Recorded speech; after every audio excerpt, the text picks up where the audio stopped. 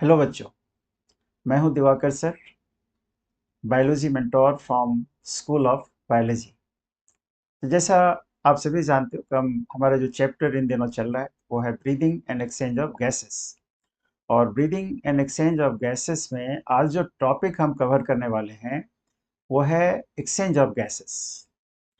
तो exchange of gases सब topic में जो की पॉइंट्स होंगे समझने वाले, एक तो पार्शियल प्रेशर के बारे में कि जो डिफरेंट गैसेस होती हैं, पार्शियल प्रेशर उनका कितना होता है डिफरेंट प्लेसेस पर, ब्लड में कितना है, टिश्यूज में कितना है, एल्वियोलाई में कितना है, ये याद रखने वाली बात होगी। दूसरा, जो एक्सचेंज ऑफ गैसेस होता है उसके लिए कौन कौन से फैक्टर्स रिस्पॉन्सिबल है, ये सबसे इंपॉर्टेंट पॉइंट है कि कौन कौन से फैक्टर्स हैं जो एक्सचेंज ऑफ गैसेस में हेल्प करते हैं। और तीसरा, एक स्ट्रक्चर का एक एक रिस्पायरेटरी मेम्ब्रेन है जिसके अक्रॉस एक्सचेंज ऑफ गैसेस होता है। उसकी थिकनेस कितनी होती है और उसका स्ट्रक्चर कैसा होता है, उसमें कौन कौन सी मेम्ब्रेन इंक्लूडेड है। तो let's start with the chapter. तो वहाँ पर हम चलते हैं एक्सचेंज ऑफ गैसेस पर। तो ये देखो आपके सामने खुल गया टॉपिक एक्सचेंज ऑफ गैसेस। तो बेटा आपको जो सबसे इम्पोर्टेंट बात है इसमें ध्यान रखने वाली कि एक्सचेंज ऑफ गैसेस के दो प्राइमरी साइट्स, एक है एल्वियोलाई और the primary site of exchange of gases. जैसे मान लो कि ये एल्वियोलाई है और इसके कांटेक्ट में जो ब्लड है ना, डीऑक्सीजनेटेड ब्लड, इनके बीच में एक्सचेंज ऑफ गैसेस होता है। एक तो ये प्राइमरी साइट है एक्सचेंज ऑफ गैसेस का कि इधर से ऑक्सीजन ब्लड में चला जाएगा और इसमें जो CO2 है वो एल्वियोलाई में आ जाएगा। सबसे ज्यादा एक्सचेंज ऑफ गैसेस यहीं पर होती है। इस एक्सचेंज ऑफ गैसेस के बाद ये डीऑक्सीजनेटेड ब्लड किस में कन्वर्ट हो जाएगा, ऑक्सीजनेटेड ब्लड में कन्वर्ट हो जाएगा। और ये ऑक्सीजनेटेड ब्लड जब टिश्यू के कांटेक्ट में जाएगा, तो टिश्यू के कांटेक्ट में जाएगा तो यहाँ पर एक बार एक्सचेंज ऑफ गैसेस फिर से होगी। यहाँ इधर से क्या जाएगा, O2 चला जाएगा, इधर से क्या आ जाएगा, CO2 चला आएगा। तो दो जगह जो एक्सचेंज ऑफ गैसेस हो रही हैं, इसमें ये लिखा है ना कि प्राइमरी साइट कौन है, तो primary site is alveoli. Alveoli और डीऑक्सीजनेटेड ब्लड के बीच में जो एक्सचेंज ऑफ गैसेस होता है, ये सबसे मेन साइट है एक्सचेंज ऑफ गैसेस का। अब ये जो एक्सचेंज ऑफ गैसेस है किस प्रोसेस से होता है बेटा, सिंपल डिफ्यूजन से होता है। और सिंपल डिफ्यूजन किस चीज पर बेस्ड है, प्रेशर पर बेस्ड है। हाई प्रेशर से लो प्रेशर की तरफ एक्सचेंज ऑफ गैसेस हो। अब इस एक्सचेंज ऑफ गैसेस के लिए कौन कौन से फैक्टर्स रिस्पॉन्सिबल है, तो याद रखना तीन फैक्टर रिस्पॉन्सिबल है। एक फैक्टर है partial pressure of gases, partial pressure of O2, partial pressure of CO2। तो आप समझते हो, केमिस्ट्री में पढ़ती हो पार्शियल प्रेशर के बारे में। पार्शियल प्रेशर एक पर्टिकुलर गैस का जो प्रेशर होता है इन ए मिक्सचर ऑफ गैसेस, उसको हम पार्शियल प्रेशर कहते हैं। जैसे आप जानते हो कि हमारा जो एटमॉस्फेरिक प्रेशर है वो है 760 mmHg। 760 mmHg एटमॉस्फेरिक प्रेशर है। ये तो सारे गैस का मिला के है ना। तो हमारे एटमॉस्फेयर में सबसे ज्यादा नाइट्रोजन है, तो नाइट्रोजन का प्रेशर सबसे ज्यादा होगा। ऑक्सीजन का प्रेशर दूसरे नंबर पर आता है। ठीक है। तो partial pressure is pressure of a gas in a mixture of gases. तो गैसेस का मूवमेंट जो होता है बेटा, हाई पार्शियल प्रेशर से लो पार्शियल प्रेशर की तरफ होता है। हाई पार्शियल प्रेशर से लो पार्शियल प्रेशर की तरफ होता है। दूसरा फैक्टर है, जो सेकेंड फैक्टर है डिफ्यूजन के लिए, गैस एक्सचेंज ऑफ गैसेस के लिए, वो है solubility of gas. Solubility of gas, जिस गैस की सॉलिबिलिटी सबसे ज्यादा होगी उसका एक्सचेंज ऑफ गैसेस सबसे ज्यादा होगा।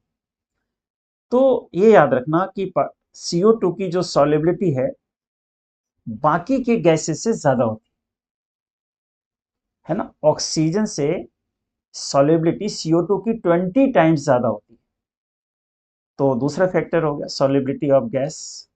और तीसरा है थिकनेस ऑफ द मेम्ब्रेन, जिसके अक्रॉस ये जो थिकनेस है यहाँ की ना, ये जो एल्वियोलाई और ब्लड के बीच का जो मेम्ब्रेन है इसकी जो थिकनेस है, ये तीसरा फैक्टर है।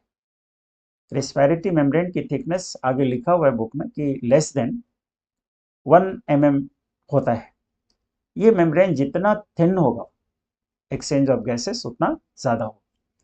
तो ये सबसे इम्पॉर्टेंट पॉइंट है इस चैप्टर में समझने वाला कि कौन कौन से फैक्टर्स हैं जो डिफ्यूज़न में या एक्सचेंज ऑफ गैसेस में हेल्प करते हैं। ठीक है, अब इसको आप यहाँ पर समझ सकते हो कि ये रेस्पिरेटरी गैसेस है ना। हमारे एटमॉस्फेयर में नाइट्रोजन भी होता है, लेकिन नाइट्रोजन रेस्पिरेटरी गैस में इंक्लूडेड नहीं है। और नाइट्रोजन नहीं के बराबर हम इनहेल करते हैं। उसकी वजह ये भी है कि नाइट्रोजन की सॉल्युबिलिटी सबसे कम है। तो रेस्पिरेटरी गैसेस है, यहाँ पर आप पी लगा सकते हो, पार्शियल प्रेशर ऑफ ऑक्सीजन, और ये partial pressure of carbon dioxide. और ये जितनी वैल्यूज हैं वो पार्शियल प्रेशर ही लिखी हुई है। ये से हम कहेंगे कि हमारे एटमॉस्फेयर में टोटल एटमॉस्फेरिक प्रेशर तो 760 है, mmSg। ये सारी वैल्यूज mmSg में दी हुई है ना, लिखा हुआ ना mmSg। तो उसमें ऑक्सीजन का पार्शियल प्रेशर है 159 mmSg। कार्बन डाइऑक्साइड का प्रेशर देखो 0.3 mmSg। ये डिफरेंट डिफरेंट प्लेसेस पर, एल्वियोलाई में ये 104 है, O2 का 40 है। तो ये जो डिफरेंट प्लेसेस हैं वहाँ पर पार्शियल प्रेशर की वैल्यू दी हुई है और तुम्हें याद रखना है। ये आते हैं एग्जाम में कि एटमॉस्फेरिक एयर में ऑक्सीजन का पार्शियल प्रेशर या कार्बन डाइऑक्साइड का पार्शियल प्रेशर कितना होगा।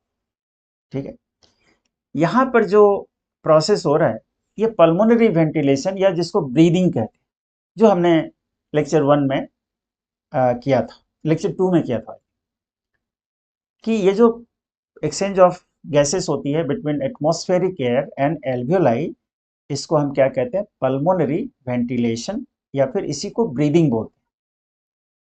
तो देखो यहाँ पर एटमॉस्फेरिक एयर में ऑक्सीजन का पार्शियल प्रेशर 159 है, एल्वियोलाई में 104 है। तो एक्सचेंज ऑफ गैसेस होगा इधर से इधर की तरफ। एल्वियोलाई में 40 है CO2 का, और एटमॉस्फेयर में 0.3 है, तो इधर से इधर की तरफ एक्सचेंज ऑफ गैसेस होगा। देख रहे हो, हाई पार्शियल प्रेशर से लो पार्शियल प्रेशर की तरफ हो रहा है। तो ये याद रखना है कि ये जो एक्सचेंज हो रहा है बिटवीन एटमॉस्फेरिक एयर और एल्वियोलाई, ये इस प्रोसेस को हम क्या बोलते हैं, ब्रीदिंग बोलते हैं, ब्रीदिंग। अब इससे बॉडी में आ गया, हमारे एल्वियोलाई में आ गया एयर, एल्वियोलाई में एयर आ गया। अब जो एक्सचेंज ऑफ, जिस जो बुक में पहली लाइन लिखी हुई है यहाँ पर कि प्राइमरीली जो एक्सचेंज ऑफ गैसेस होता है बिटवीन एल्वियोलाई एंड ब्लड होता है। तो एल्वियोलाई के कांटेक्ट में जो ब्लड होते हैं वो डीऑक्सीजनेटेड ब्लड होते हैं। डीऑक्सीजनेटेड ब्लड का मतलब ऐसा ब्लड जिसमें CO2 ज़्यादा होगा और O2 कम होगा। तो यहाँ पर देखो CO2 ज़्यादा है O2 के रिस्पेक्ट में, और ऑक्सीजनेटेड ब्लड में अपोजिट हो जाता है, जिसमें O2 ज़्यादा है, जैसे यहाँ पर देख रहे हो O2 ज़्यादा है, CO2 कम है। तो ऐसा ब्लड जिसमें ऑक्सीजन ज़्यादा होगा CO2 कम होगा उसको ऑक्सीजनेटेड कहेंगे, और ऐसा ब्लड जिसमें CO2 ज़्यादा होगा ऑक्सीजन कम होगा उसको डीऑक्सीजनेटेड कहेंगे। तो एल्वियोलाई के कांटेक्ट में डीऑक्सीजनेटेड ब्लड क्यों आता है, ताकि वो ऑक्सीजनेटेड हो सके। अब देखो कि यहाँ पर एल्वियोलाई में 104 है, ब्लड में 40 है, तो O2 एल्वियोलाई से निकल के किधर आ जाएगा, ब्लड में आ जाएगा, डीऑक्सीजनेटेड ब्लड में आ जाएगा, और CO2 यहाँ से निकल के किधर चला जाएगा, एल्वियोलाई में चला जाएगा। तो ये एक्सचेंज ऑफ गैसेस होगा।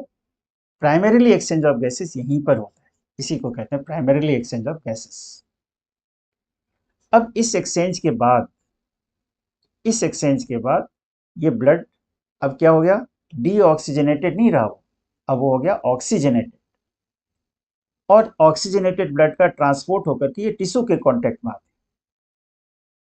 तो टिश्यू में ऑक्सीजन का प्रेशर कम है, क्यों है कम, क्योंकि टिश्यू ऑक्सीजन को लगातार यूज कर रहा है in the process of oxidation, और बदले में क्या बना रहा है, कार्बन डाइऑक्साइड। तो इसलिए CO2 यहाँ पर ज़्यादा है और यहाँ पर CO2 कम है।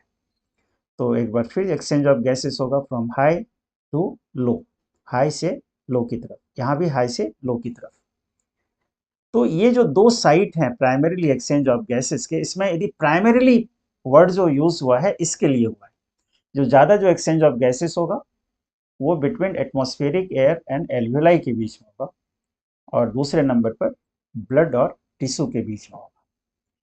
तो दीज आर ये इस कॉलम में आपको ये सारी वैल्यूज़ याद रखनी है कि कहाँ पर पार्शियल प्रेशर किसका कितना ज़्यादा होता है। ठीक है, अब एक डायग्राम से भी समझेंगे। ये डायग्राम है एक्सचेंज ऑफ गैसेस का। देखो ये जो एक्सचेंज ऑफ गैसेस हो रही है ये ब्रीदिंग है ना। इंस्पायर्ड एयर अंदर आ रहा है, एक्सपायर्ड एयर बाहर जा रहा है, क्योंकि एटमॉस्फेयर में O2 का प्रेशर ज़्यादा है, CO2 का प्रेशर कम है। और यहाँ पर देखो एल्वियोलाई में CO2 का प्रेशर 40 है, O2 का प्रेशर 104 है। तो ऑक्सीजन इधर की तरफ आएगा, कार्बन डाइऑक्साइड बाहर जाएगा। तो ये तो था ब्रीदिंग। अब यहाँ पर नीचे वाले पार्ट में देखो, जहाँ पर एल्वियोलाई में आने के बाद जो एक्सचेंज ऑफ गैसेस होती है, ये जो ब्लू कलर का स्ट्रक्चर है ये डीऑक्सीजनेटेड ब्लड को रिप्रेजेंट कर रहा है, और जो रेड कलर का ब्लड है वो ऑक्सीजनेटेड ब्लड को रिप्रेजेंट कर रहा है।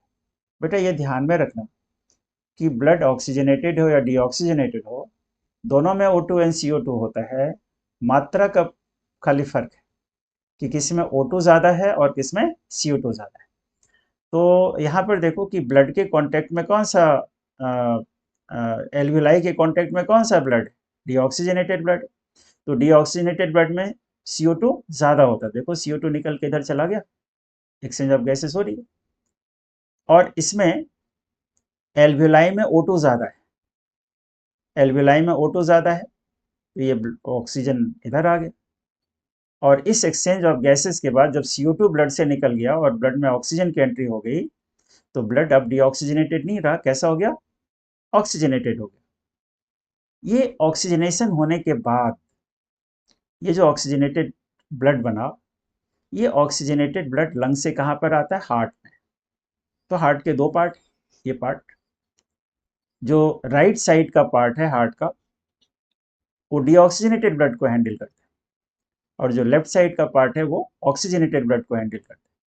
तो ये जो ऑक्सीजनेटेड ब्लड है हार्ट के राइट एट्रिया में आया, एट्रिया से वेंट्रिकल में गया, और वेंट्रिकल से ये जो आर्टरी है ये एओर्टा है, एओर्टा से ये बाहर निकलता है ऑक्सीजनेटेड ब्लड। इसकी बहुत सारी ब्रांचेज होती हैं, और वो ब्रांचेज ब्लड को कहाँ पर लेके जाती है, वो ब्रांचेज ब्लड को टिश्यूज में लेके जाती है। तो टिश्यूज में जो ब्लड आ रहा है वो ऑक्सीजनेटेड ब्लड है, और टिश्यूज में ऑक्सीजन का पार्शियल प्रेशर क्या है, कम है। तो देखो इधर से ऑक्सीजन निकल के इधर चला गया, तो टिश्यू ऑक्सीजन को यूज करके बना क्या रहा है, कार्बन डाइऑक्साइड। तो कार्बन डाइऑक्साइड निकल के फिर से ब्लड में चला है। जब ब्लड से ऑक्सीजन चला जाएगा और CO2 आ जाएगा, तो ब्लड फिर से क्या हो जाएगा, डीऑक्सीजनेटेड हो गया। अब ये डीऑक्सीजनेटेड ब्लड को लंग्स के एल्वियोलाई तक कौन भेजेगा, हार्ट ही भेजेगा। इसलिए देखो डीऑक्सीजनेटेड ब्लड कहाँ पर आ रहा है, हार्ट के अंदर आ रहा है। और हार्ट के अंदर कौन सी आर्टरी जाती है हार्ट के अंदर से लंग्स में, उस आर्टरी का नाम क्या है, पल्मोनरी आर्टरी। तो पल्मोनरी आर्टरी से ये ब्लड फिर से निकल करके लंग्स के कांटेक्ट में आ जाएगा, जहां फिर एक बार एक्सचेंज ऑफ गैसेस होगी। तो एक्सचेंज ऑफ गैसेस को रिप्रेजेंट करने वाला ये डायग्राम आपके सामने है। तो इन डायग्राम को अच्छे से मैंने आपको डील किया कि कैसे एक्सचेंज ऑफ गैसेस कहाँ कहाँ होती है, और उसके लिए फैक्टर्स के बारे में तो हमने पहले ही बात कर ली थी। अब एक चीज़ जो यहाँ पर आपको डिस्कस करना है, ये डायग्राम, यही सब चीज़ें यहाँ पर लिखी हुई है जिसको आप पढ़ेंगे घर पे। हमने हर पॉइंट को यहाँ पर डिस्कस किया है, और जितनी बातें मैंने बोली है लेक्चर के दौरान वही इम्पोर्टेंट, और वो सारी चीज़ें हमने बोल दी जो इम्पोर्टेंट है आपके लिए। एक चीज़ जो तीसरी बात हमने आपको बोली थी कि रेस्पिरेटरी मेम्ब्रेन की जो थिकनेस होती है वो लेस देन 1 मीटर होती, much less than millimetre, metre से 1 mm से भी कम होती है, क्योंकि थिकनेस ज़्यादा होगा तो डिफ्यूज़न कम होगा, थिकनेस कम होगा तो डिफ्यूज़न ज़्यादा होगा, थिकनेस ज़्यादा होगा तो डिफ्यूज़न कम होगा। ये प्रोसेस डिफ्यूज़न। तो इसका जो स्ट्रक्चर है रेस्पिरेटरी मेम्ब्रेन का, जो थिकनेस है, या जिसको रेस्पिरेटरी मेम्ब्रेन कहते हैं, उसी को डिफ्यूज़न मेम्ब्रेन भी कहते हैं। It is made up of how many layers, 3 major layers. तो 3 मेजर लेयर में एक है एपिथेलियम ऑफ एल्वियोलाई। ये जो एपिथेलियम देख रहे हैं, ये जो एपिथेलियम है alveoli, epithelium of alveoli, it is which epithelium? Squamous, squamous epithelium. Squamous epithelium, lungs का जो एल्वियोलाई है वो स्क्वैमस एपिथेलियम का बना होता है। फिर इसके कांटेक्ट में जो ब्लड कैपिलरीज है, ये ब्लड कैपिलरीज ही तो है। तो ब्लड कैपिलरीज किसकी बनी होती है? एंडोथेलियम की बनी होती है। और बेटा एंडोथेलियम जो होता है ना, वो भी स्क्वैमस एपिथेलियम ही होता है। ये जो एंडोथेलियम है और blood capillaries, this is also squamous epithelium. तो कहोगे इसको एंडोथेलियम क्यों कहते हैं? फिर यहाँ पर एक थोड़ा सा मॉडिफिकेशन ये होता है कि जब कोई सेल है ना, सेल का आउटलाइन वेव की तरह होता है ना, इस तरह से वेव की तरह, वेवी एपिथेलियम, वेव की तरह एपिथेलियम होगा। तो इस वेवी एपिथेलियम को हम क्या बोलते हैं? स्क्वैमस एपिथेलियम बोलते हैं, एंडोथेलियम बोलते हैं। ये स्क्वैमस एपिथेलियम का ही मॉडिफिकेशन है। तो देखोगे कि क्या इधर भी स्क्वैमस एपिथेलियम है, इधर भी स्क्वैमस एपिथेलियम है, दोनों एपिथेलियम है। और आप रिमेंबर करो, याद करो कि जो एपिथेलियल टिश्यूज होती हैं, उनके जो सेल्स होते हैं, वो किस पर रेस्ट करते हैं? बेसमेंट मेम्ब्रेन पर, जो कि नॉन सेलुलर मटेरियल का बना होता है। तो 3 लेयर क्या क्या हो गया? 3 मेजर लेयर में thin squamous epithelium of alveoli, ये वाला पार्ट पहला हो गया, ठीक है। Endothelium of alveolar capillaries, endothelium of blood capillaries, और फिर दोनों का बेसमेंट मेम्ब्रेन, बेसमेंट मेम्ब्रेन, है ना, थिन बेसमेंट मेम्ब्रेन। तो ये 3 लेयर का बना होता है। और इन तीनों लेयर को मिला करके इसकी जो थिकनेस होती है लेस देन 1 mm होती है। तो जो 3 फैक्टर बताया हमने कि 3 फैक्टर होते हैं रिस्पॉन्सिबल एक्सचेंज ऑफ गैसेस के लिए। एक तो है partial pressure of gases, respective gases move from high partial pressure to less partial pressure. दूसरा solubility of the gas, gas की सॉल्युबिलिटी जितनी ज़्यादा होगी वो उतना ज़्यादा डिफ्यूज़न होगा। और तीसरा thickness of the membrane across which diffusion takes place. तो thickness of the membrane is very thin, it is less than 1 mm thin. And what is the structure of this diffusion membrane? Consists of squamous epithelium, alveolar epithelium, endothelium, ये भी squamous epithelium ही है। और दोनों के sales किस पर rest करते हैं? बेसमेंट मेम्ब्रेन पर रेस्ट करते हैं। तो एक्सचेंज ऑफ गैसेस जो टॉपिक है, इसमें इतना ही है जितना एनसीईआरटी में। बार बार आपसे कह रहे हैं कि हम सिर्फ एनसीईआरटी को कवर कर रहे हैं, हमने यहाँ पर कुछ भी एक्स्ट्रा करने की कोशिश नहीं करी, क्योंकि नीट एग्ज़ाम जो है वो पूरी तरह से एनसीईआरटी बेस्ड हो गया इन दिनों। तो आपको एनसीईआरटी के हर बात को समझना चाहिए। तो आज के लेक्चर में इतना ही। अगले क्लास में जो टॉपिक हम कवर करेंगे वो काफ़ी इम्पोर्टेंट टॉपिक होगा। और वो टॉपिक क्या होगा बेटा? वो टॉपिक होगा ट्रांसपोर्ट ऑफ गैसेस। तो ट्रांसपोर्ट ऑफ गैसेस में 2 पार्ट में करेंगे, एक ट्रांसपोर्ट ऑफ ऑक्सीजन और एक ट्रांसपोर्ट ऑफ कार्बन डाइऑक्साइड। आज के लिए इतना ही। Thank you very much.